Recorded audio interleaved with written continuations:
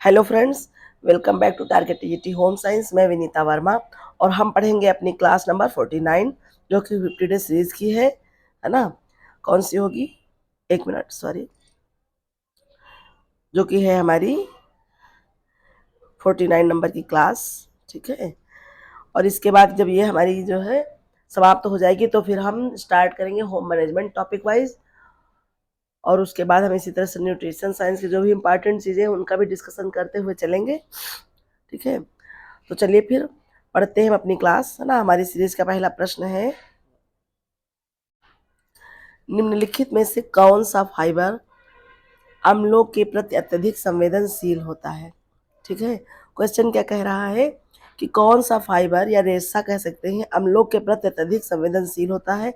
देखिए, यहीं से याद रखिए कि जो ये फाइबर है तो ये क्या है, तो ये वस्त्र विज्ञान में जो है सबसे छोटी इकाई है। ठीक है, ये याद रखिएगा कि सबसे छोटी इकाई है। ठीक है, ये याद रखिएगा। और आप इसमें रेशा और तंतु इस पे कंफ्यूज नहीं होंगे, फाइबर पे सीधे ध्यान रखेंगे।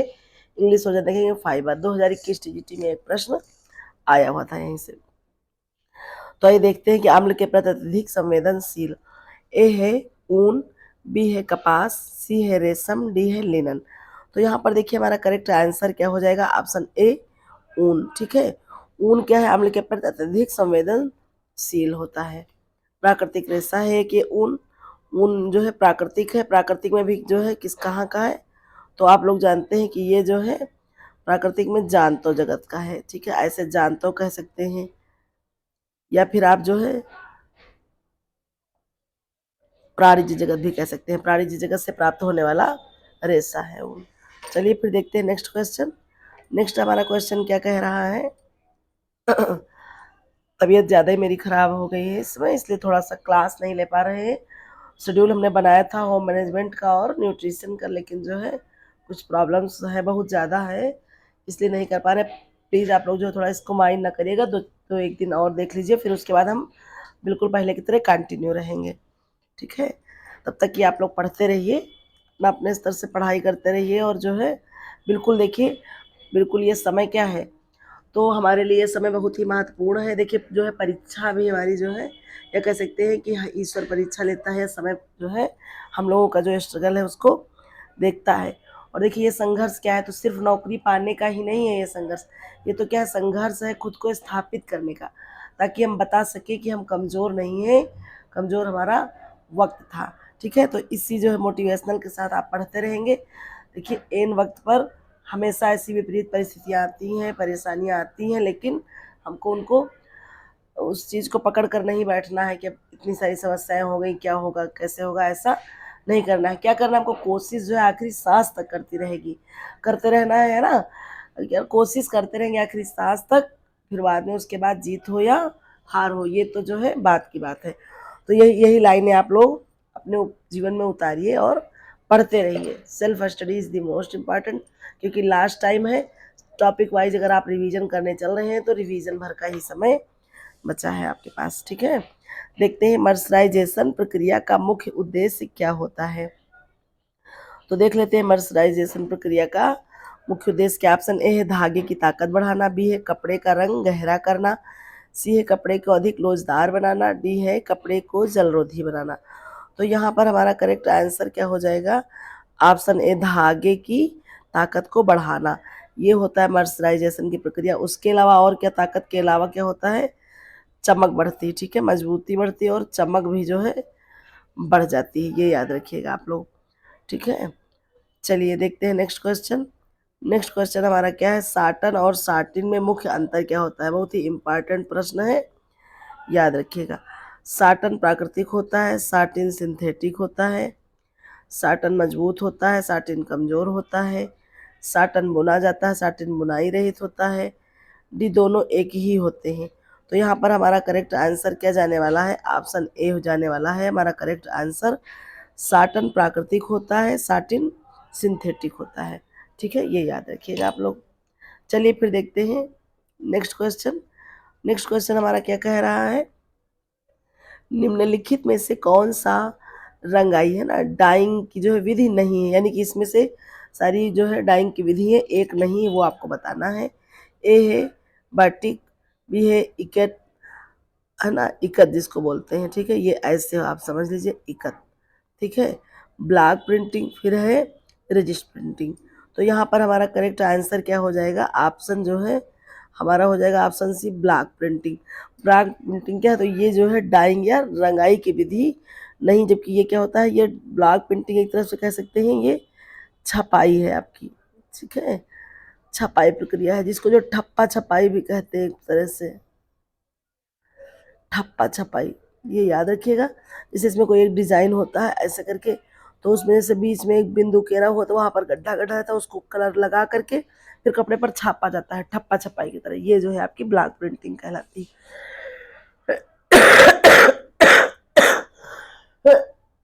सॉरी, बिल्कुल भी आवाज़ मेरे मुँह से नहीं निकल रही, इसीलिए हम क्लास नहीं ले पा रहे हैं 2 दिन से। बस इतना है कि किसी तरह से आप लोग प्रेयर करिए मेरे लिए कि गला मेरा बस जल्दी से सही हो जाए, मेरी तबीयत भी थोड़ा ज़्यादा ख़राब होए, इसलिए सारी समस्याएं हैं। चलिए फिर देखते हैं नेक्स्ट क्वेश्चन। नेक्स्ट क्या है हमारा, कौन सा सिंथेटिक फाइबर थर्मोप्लास्टिक होता है? ए है नायलॉन, बी है रेयान, सी है कपास, डी है ऊन। तो यहाँ पर हमारा करेक्ट आंसर क्या हो जाएगा, थर्मोप्लास्टिक कौन सा होता है, नायलॉन। करेक्ट आंसर हो जाएगा ऑप्शन ए। फिर चलिए देखते हैं नेक्स्ट क्वेश्चन, होम मैनेजमेंट से है। होम मैनेजमेंट हमारा टॉपिक है, देख लेते हैं होम मैनेजमेंट, और अब हम टॉपिक वाइज होम मैनेजमेंट ही स्टार्ट करेंगे, ठीक है। तो जो है मन तो मेरा है कि थ्योरी पढ़ा दे, लेकिन जैसा आप लोग कहेंगे उस अकॉर्डिंग पढ़ाएंगे। एर्गोनॉमिक्स का गृह प्रबंधन में क्या महत्व है? ए है श्रम और ऊर्जा की बचत, बी है घर की सफाई की योजना, सी है गृह सज्जा के नए तरीके, डी है बजट निर्माण। तो यहाँ पर हमारा करेक्ट आंसर क्या हो जाएगा, ऑप्शन ए, श्रम और ऊर्जा की बचत। एर्गोनॉमिक्स में क्या है, श्रम और हम क्या करेंगे, ऊर्जा की अपनी बचत करेंगे, और इस तरह से हम मैनेजमेंट करेंगे।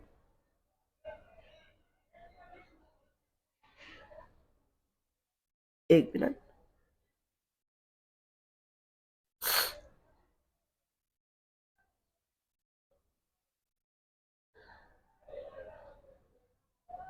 नेक्स्ट क्वेश्चन हम देखते हैं।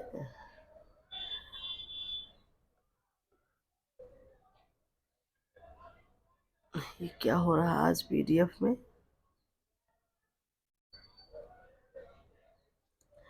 स्वर्ण अनुपात गोल्डन रेशियो का प्रयोग किस क्षेत्र में किया जाता है? तो देख लेते हैं किस क्षेत्र में। ए है बजट प्रबंधन, बी है गृह सज्जा, सी है समय प्रबंधन, फिर है हमारा डी स्वच्छता प्रबंधन। तो करेक्ट आंसर यहाँ क्या हो जाएगा, ऑप्शन बी, गृह सज्जा।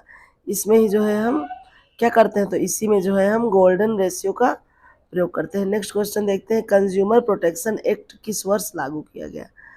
तो ऑप्शन ए है 1985, 1986, 1991, 1995। तो यहाँ हमारा करेक्ट आंसर क्या हो जाएगा, ऑप्शन हमारा हो जाएगा करेक्ट ऑप्शन बी, 1986। इसी में जो कंज्यूमर प्रोटेक्शन एक्ट जो है लागू किया गया था। चलिए फिर अगला क्वेश्चन देखते हैं, प्राथमिकताओं के आधार पर बजट निर्माण की सबसे प्रभावी विधि कौन सी है? तो आइए देख लेते हैं कौन सी है। ए है आवंटन विधि, बी है लिफाफा विधि, सी है समग्र विधि, डी है तुलनात्मक विधि। तो देख लेते हैं प्राथमिकताओं के आधार पर क्या हो जाएगा, ऑप्शन बी हो जाएगा लिफाफा विधि, ये करेक्ट आंसर हो जाएगा। अगला प्रश्न आइए देखते हैं, फेंग सुई किस देश की पारंपरिक गृह प्रबंधन प्रणाली से संबंधित है? तो देख लेते हैं कि फेंग सुई पहले जान लीजिए कि गृह प्रबंधन प्रणाली से संबंधित है किस देश की। तो ये देख लेते हैं, ए है जापान, बी है भारत, सी है चीन, डी है कोरिया। तो यहाँ पर हमारा करेक्ट आंसर क्या हो जाएगा, ऑप्शन सी, चीन। यहाँ से एक चीज और याद आ रही होगी कि चीन तो फेंग सुई का, और बाकी चीन किसके लिए जाना था, तो रेशम का जो है जन्मदाता देश है, ठीक है, ये याद रखिएगा, रेशम का जन्मदाता देश है कौन, चीन। और जापान आप जान रहे हैं कि क्या है, तो पुष्प सज्जा, ठीक है, पुष्प सज्जा का जो है के लिए जाना जाता है जापान, और रेशम का जन्मदाता देश चीन है। और वह हमारे यहाँ भारत का आप जान लीजिए, तो भारत क्या है, तो ये कपास का है, ये भी याद रखिए कि कपास का है जन्मदाता देश। चलिए फिर देखते हैं नेक्स्ट क्वेश्चन।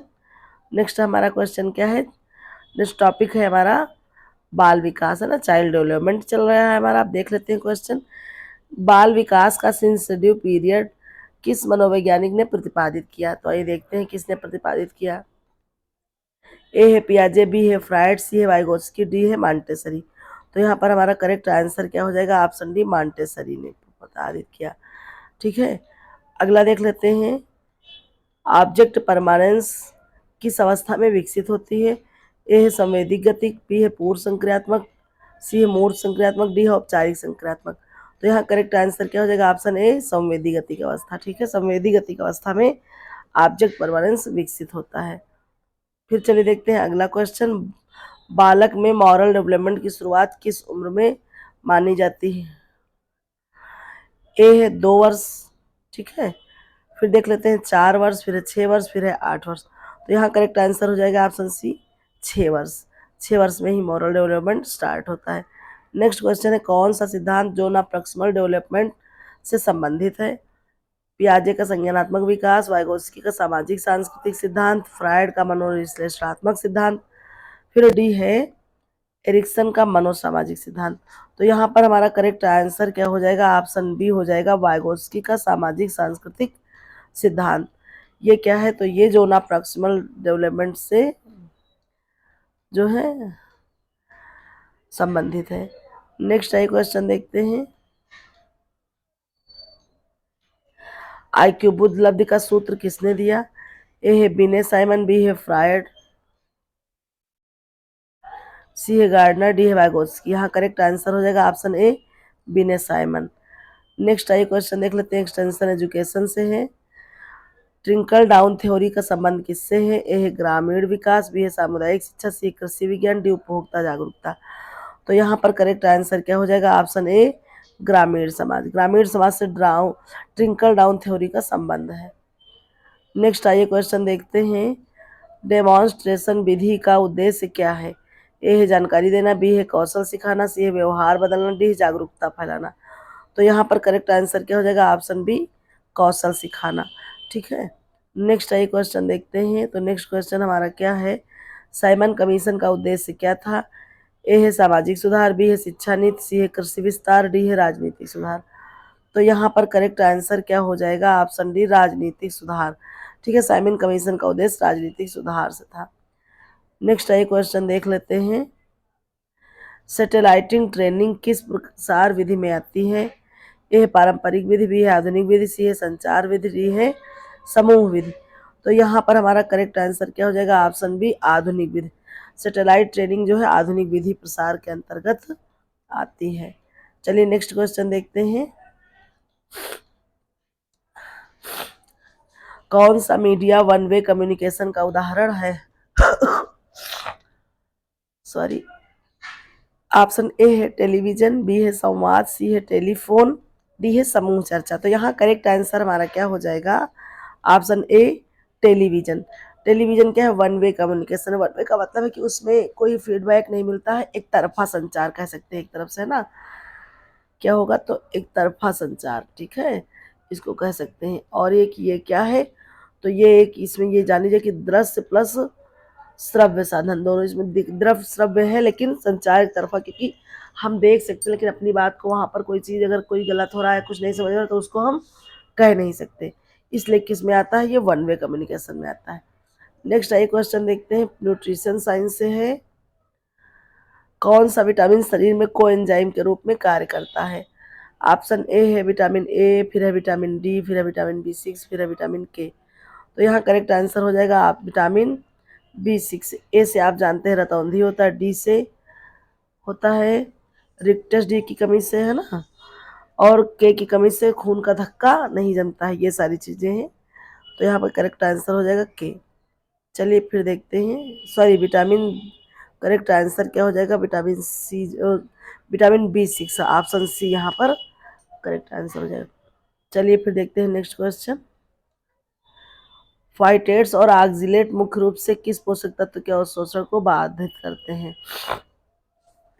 ऑप्शन ए है कैल्शियम, बी है आयरन, सी है प्रोटीन, डी है विटामिन सी।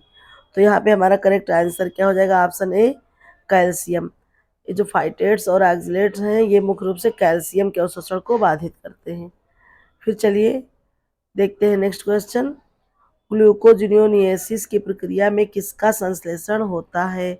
तो देख लेते हैं, ग्लूकोनियोजेनेसिस प्रक्रिया में किसका संश्लेषण होता है? ए है ग्लाइकोजन, बी है ग्लूकोज, सी है वसा, डी है प्रोटीन। तो यहाँ पर हमारा करेक्ट आंसर क्या हो जाएगा, ऑप्शन बी ग्लूकोज। ठीक है, ग्लाइकोलियोजिनेसिस में जो है ग्लूकोज का संश्लेषण होता है। नेक्स्ट आइए देखते हैं क्वेश्चन। नेक्स्ट क्वेश्चन क्या है हमारा, रक्त में कोलेस्ट्रॉल के स्तर को कम करने के लिए कौन सा आहार सर्वोत्तम है। ए है हमारा उच्च संतृप्त वसा वाला आहार, बी है उच्च रेशा युक्त आहार, सी है उच्च प्रोटीन आहार, डी है कम कार्बोहाइड्रेट आहार। तो यहाँ पे करेक्ट आंसर हमारा क्या हो जाएगा, ऑप्शन बी उच्च रेशा युक्त आहार। ठीक है, उच्च रेशा युक्त आहार क्या होता है, तो ये हमारा कोलेस्ट्रॉल के स्तर को कम करता है। फिर चलिए नेक्स्ट क्वेश्चन आइए देखते हैं। नेक्स्ट क्वेश्चन क्या होगा, पूछ रहा है कुपोषण से संबंधित माइग्रेनियम जो है रोग मुख्य रूप से किसकी कमी के कारण होता है, देख लेते हैं। ए है वसा, बी है विटामिन, सी है प्रोटीन और कैलोरी, डी है जल। तो यहाँ पर हमारा करेक्ट आंसर क्या हो जाएगा, ऑप्शन सी प्रोटीन और कैलोरी। ठीक है, प्रोटीन और कैलोरी की कमी से माइग्रेनिया रोग जो है मुख्य रूप से होता है। चलिए नेक्स्ट क्वेश्चन आइए देखते हैं। ह्यूमन फिजियोलॉजी से देख लेते हैं प्रश्न, कौन सा हार्मोन कौन सा हार्मोन फाइट और फ्लाइट प्रतिक्रिया के लिए जिम्मेदार होता है। तो देख लेते हैं। ऑप्शन ए है एड्रेनालिन, बी है इंसुलिन, सी है ग्लूकागॉन, एक मिनट, फिर हमारा डी है मेलाटोनिन। तो यहाँ करेक्ट आंसर क्या हो जाएगा, ऑप्शन ए एड्रेनालिन। ठीक है, एड्रेनालिन क्या है, तो ये क्या करता है, तो ये जो है फाइट और फ्लाइट प्रक्रिया के लिए जिम्मेदार होता है। नेक्स्ट आइए क्वेश्चन देखते हैं। नेक्स्ट क्वेश्चन है हमारा, रक्त संचार में बाइसेप्सी बेकरी की भूमिका क्या होती है। तो देखते हैं भाई बाइसेप्सी की भूमिका का क्या, देखते हैं, एक मिनट रुकिए जरा।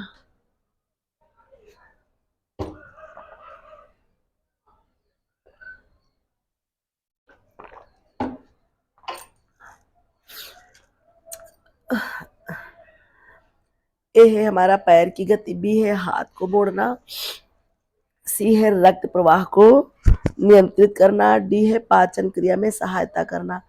ठीक है, रक्त जो है संचार तंत्र में बाइसेप्सी बेकरी की भूमिका क्या होती है। तो यहाँ पे हमारा करेक्ट आंसर क्या हो जाएगा, हाथ को मोड़ना, ये हमारा करेक्ट आंसर हो जाएगा। नेक्स्ट क्वेश्चन आइए देखते हैं। मस्तिष्क के किस भाग को स्मृति केंद्र ना मेमोरी सेंटर कहा जाता है। ऑप्शन ए है हाइपोथैलेमस, बी है सेरिबेलम, सी है हिप्पोकैम्पस, डी है मेडुला ऑब्लांगेटा। तो देखिए मस्तिष्क के किस भाग को मेमोरी सेंटर कहते हैं, तो यहाँ करेक्ट आंसर हो जाएगा ऑप्शन सी हिप्पोकैम्पस। ये हमारा क्या होता है, तो मेमोरी सेंटर होता है। नेक्स्ट क्वेश्चन आइए देख लेते हैं क्या कह रहा है। रक्त में ऑक्सीजन का परिवहन मुख्य रूप से किसके द्वारा किया जाता है। ए है ल्यूकोसाइट्स, बी है एरिथ्रोसाइट्स, सी है प्लाज्मा प्रोटीन, डी है प्लेटलेट्स। तो यहाँ पे हमारा करेक्ट आंसर क्या हो जाएगा, ऑप्शन बी एरिथ्रोसाइट्स। ये जो है हमारा करेक्ट आंसर हो जाएगा। ये जो है रक्त का जो है रक्त में ऑक्सीजन का परिवहन मुख्य रूप से एरिथ्रोसाइट्स के द्वारा किया जाता है। फिर चलिए देखते हैं नेक्स्ट क्वेश्चन, एक मिनट। नेक्स्ट क्वेश्चन हमारा क्या कह रहा है, स्नायुविक आवेग है ना, नर्व इम्पल्सेस का जो है संचार में कौन से न्यूरोट्रांसमीटर प्रमुख भूमिका निभाता है। ए है एड्रेनालिन, बी है डोपामाइन, सी है एसिटाइल लोकाइन, डी है सेरोटिन। तो यहाँ पे भी हमारा करेक्ट आंसर क्या हो जाएगा, ऑप्शन सी एसिटाइल कोलाइन है ना। ये जो हार्मोन है एसिटाइल जो है ये स्नायुविक आवेगों के संचार में न्यूरोट्रांसमीटर की जो है मुख्य भूमिका को निभाता है। ठीक है, चलिए फिर देखते हैं नेक्स्ट क्वेश्चन। हमारे नेक्स्ट क्वेश्चन होगा हेल्थ साइंस से। नेक्स्ट टॉपिक हमारा हो गया हेल्थ साइंस। इसमें देखते हैं HIV एड्स। ठीक है, जो कि आप इतना जान लीजिए पहले कि वायरस, ठीक है, या जो है विषाणु कह सकते हैं, वायरस या विषाणु से फैलने वाला रोग है। मुख्य रूप से किस प्रतिरक्षा कोशिका को नष्ट करता है। तो ए है बी लिम्फोसाइट्स, बी है टी हेल्पर कोशिकाएं, CD4, सी है मैक्रोफेज, डी है नेचुरल किलर कोशिकाएं। तो यहाँ पे देखिए हमारा करेक्ट आंसर क्या हो जाएगा, ऑप्शन बी टी हेल्पर कोशिकाएं है ना, CD4। ये जो है इसको पूर्ण रूप से क्या कर सकती देती हैं, नष्ट कर देती हैं, है ना। मुख्य रूप से किस प्रतिरक्षा को, तो टी हेल्पर कोशिकाएं, है ना, CD4 को नष्ट कर देती हैं। चलिए फिर देखते हैं नेक्स्ट क्वेश्चन। नेक्स्ट क्वेश्चन है हमारा नोसोकोमियल संक्रमण, है ना। नोसोकोमियल इन्फेक्शन का क्या अर्थ है? ए है पानी से होने वाला संक्रमण है ये, या फिर जो है खाद्य जनित संक्रमण है, या फिर अस्पताल में फैलने वाला संक्रमण है, या फिर आनुवांशिक संक्रमण है। तो यहाँ पे हमारा करेक्ट आंसर क्या हो जाएगा? ऑप्शन सी हो जाएगा, अस्पताल में फैलने वाला संक्रमण, है ना। अस्पताल में फैलने वाला नोसोकोमियल संक्रमण क्या है? तो ये अस्पताल में फैलने वाला संक्रमण है। नेक्स्ट आइए देखते हैं, डेंगू बुखार किस प्रकार के वायरस के कारण होता है? ए है रेट्रोवायरस, बी है फ्लैवी वायरस, सी है कोरोना वायरस, डी है पैरामेक्सियो वायरस। तो यहाँ पे हमारा करेक्ट आंसर क्या हो जाएगा? Option B, flavi virus. ठीक है, फ्लैवी वायरस के कारण जो डेंगू बुखार होता है। कौन सा वायरस? फ्लैवी वायरस के कारण। चलिए फिर देखते हैं नेक्स्ट क्वेश्चन। नेक्स्ट क्वेश्चन है टीबी। हमारा टीबी की पुष्टि के लिए कौन सा टेस्ट करते हैं? इसके पहले वाली सीरीज में भी क्वेश्चन था, थोड़ा सा कन्फ्यूजन था, आप देख लीजिए।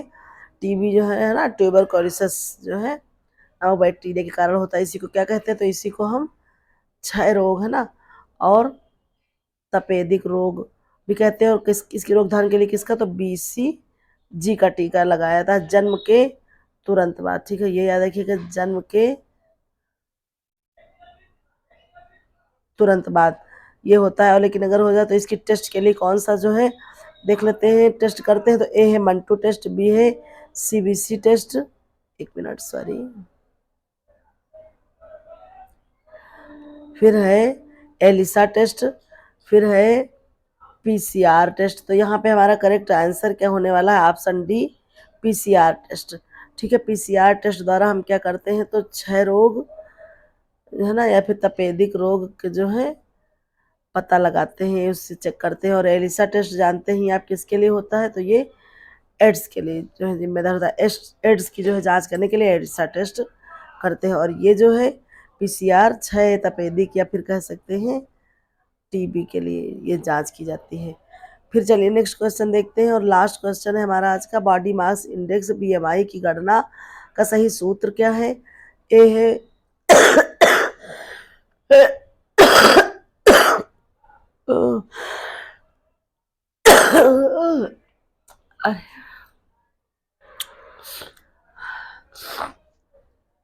सॉरी सॉरी, ए है वजन प्लस लंबाई, फिर है वजन प्लस लंबाई स्क्वायर, फिर सी है लंबाई प्लस वजन, डी है वजन गुणे लंबाई स्क्वायर। तो करेक्ट आंसर हमारा क्या हो जाएगा? यहाँ पर करेक्ट आंसर हो जाएगा ऑप्शन बी, वजन प्लस लंबाई स्क्वायर, है ना।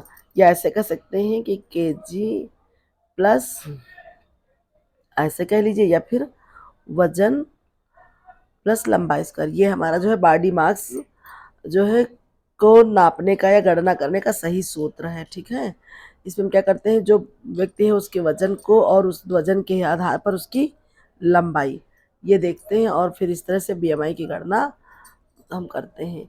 चलिए फिर इस तरह से हमारी आज की सीरीज कंप्लीट हो गई है। मिलते हैं फिर अपने नेक्स्ट वीडियो में। Thank you for watching. ठीक है, और आलदे मारा हर चीज़ के लिए धन्यवाद। आप लोग हमसे जुड़े हुए हैं, बस थोड़ा सा मेरी तबीयत सही हो जाए, बस फिर तुरंत हम जल्दी से जल्दी कंटिन्यू होंगे अपनी सारी क्लासें लेकर के इम्पॉर्टेंट चीज़ों को। तब तक के लिए धन्यवाद। खुश रहिए आप लोग और पढ़ते रहिए। अंत समय में बिल्कुल पढ़ते रहना है, घबराना नहीं है।